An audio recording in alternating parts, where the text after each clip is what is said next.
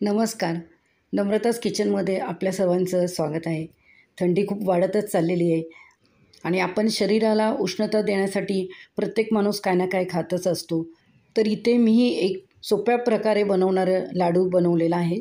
गव्हाचं पीठ व बेसनापासून आपण बनवणार आहोत आणि हे रोज सकाळी एक लाडू जरी खाल्ला तर आपल्याला चांगली ताकद भेटते आणि उष्णताही भेटते शरीराला आणि हे चवीलाही फार छान लागतात. आणि ह्या सर्व गोष्टी आपल्या घरी असतातच, बाहेरून काय खास असं आणण्यासारखं नाही आहे. तर त्यासाठी इथे आपल्याला कढईमध्ये तूप घ्यायचं आहे थोडं. एक 3-4 टेबलस्पून अगोदर तूप घेऊया आपण आणि त्याच्यात सर्व ड्रायफ्रूट आपल्याला चांगले तळून घ्यायचे. आता काजू आणि बदाम मी 50-50 ग्राम घेतले आहे. बाकी सर्व तुम्ही तुमच्या हिशोबाने कमी जास्त घेऊ शकता. मी अक्रोड घेतलेला आहे आणि खारेकळी घेतलेली आहे आणि मनुके आणि चारोळी घेतलेली आहे 2-2 टेबलस्पून आणि इथे मी 50 ग्राम घेतलेलं आहे डिंक.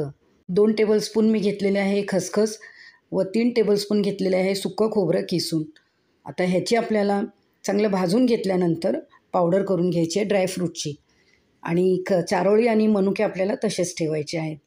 आता इथे मी 2 मोठं बाऊल घेतलेलं आहे पीठ गव्हाचं आणि 50 ग्राम घेतलेलं आहे बेसन. आता पीठ मी घेतलेलं आहे 400 ग्राम.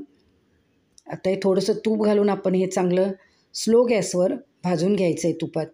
तर चांगलं रंग बदलेपर्यंत व चांगला सुगंध पसरेपर्यंत आपल्याला हे स्लो गॅसवर असंच भाजून घ्यायचं आहे. बघा छान असं रंग बदलत आलेला आहे. ह्याच्यात आपण थोडंसं 2 टेबलस्पून तूप घालूया. तूप मी ह्याच्यात टोटल घेतलेलं आहे 300 ग्राम किंवा पाव किलो घ्या तुम्ही. कमी जास्त तूप होऊ शकतं आणि थोडं थोडं आपल्याला वापरायचं आहे. आता हे बघा चांगलं आपल्याला पिठाला रंग आलेला आहे, सुगंध पसरलेला आहे. आता ही जे ड्रायफ्रूट घेतलेली आहे, चारोळी आणि मनुके सोडून बाकी सर्व आपण जाडसर असं वाटून घेऊया मिक्सरमधून आणि डिंकही आपण हाताने चुरून घेऊया आणि हे सर्व साहित्य आपण पिठात मिक्स करायचं आहे. सुकं खोबरं आणि तीळ मी वाटून नाही घेतलेत, ते मी असेच घालत आहे. ते सर्व चांगलं आपण मिक्स करून घेऊया. डिंकाने काय शरीराला ताकदही भेटते आणि उष्णताही भेटते. आता हे सगळं भाजून घेतलेलं आहे मी. आता इथे कढईत मी घेत आहे तूप.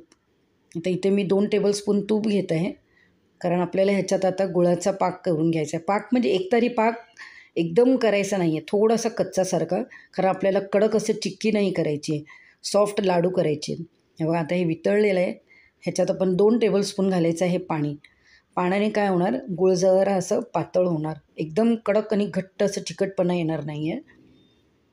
1-2 मिनटं आपण असंच गूळ शिजवून घेऊया आणि एक वाटीमध्ये पाणी घेऊन आपण हे गुळाचं जे आपण पाक केलं आहे त्याचं थेंब घालूया आणि बघा काढून घेऊया.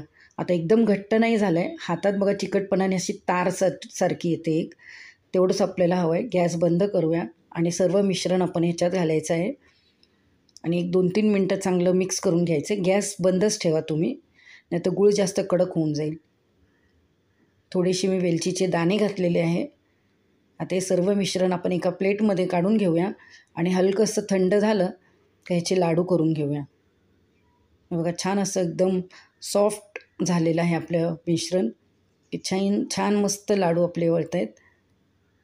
तुम्ही हे बनवून खा. तुम्हाला रेसिपी कशी वाटली ते मला कमेंट करून सांगा व आपलं चॅनल नम्रताच किचन ह्याला लाईक शेअर सबस्क्राईब करा.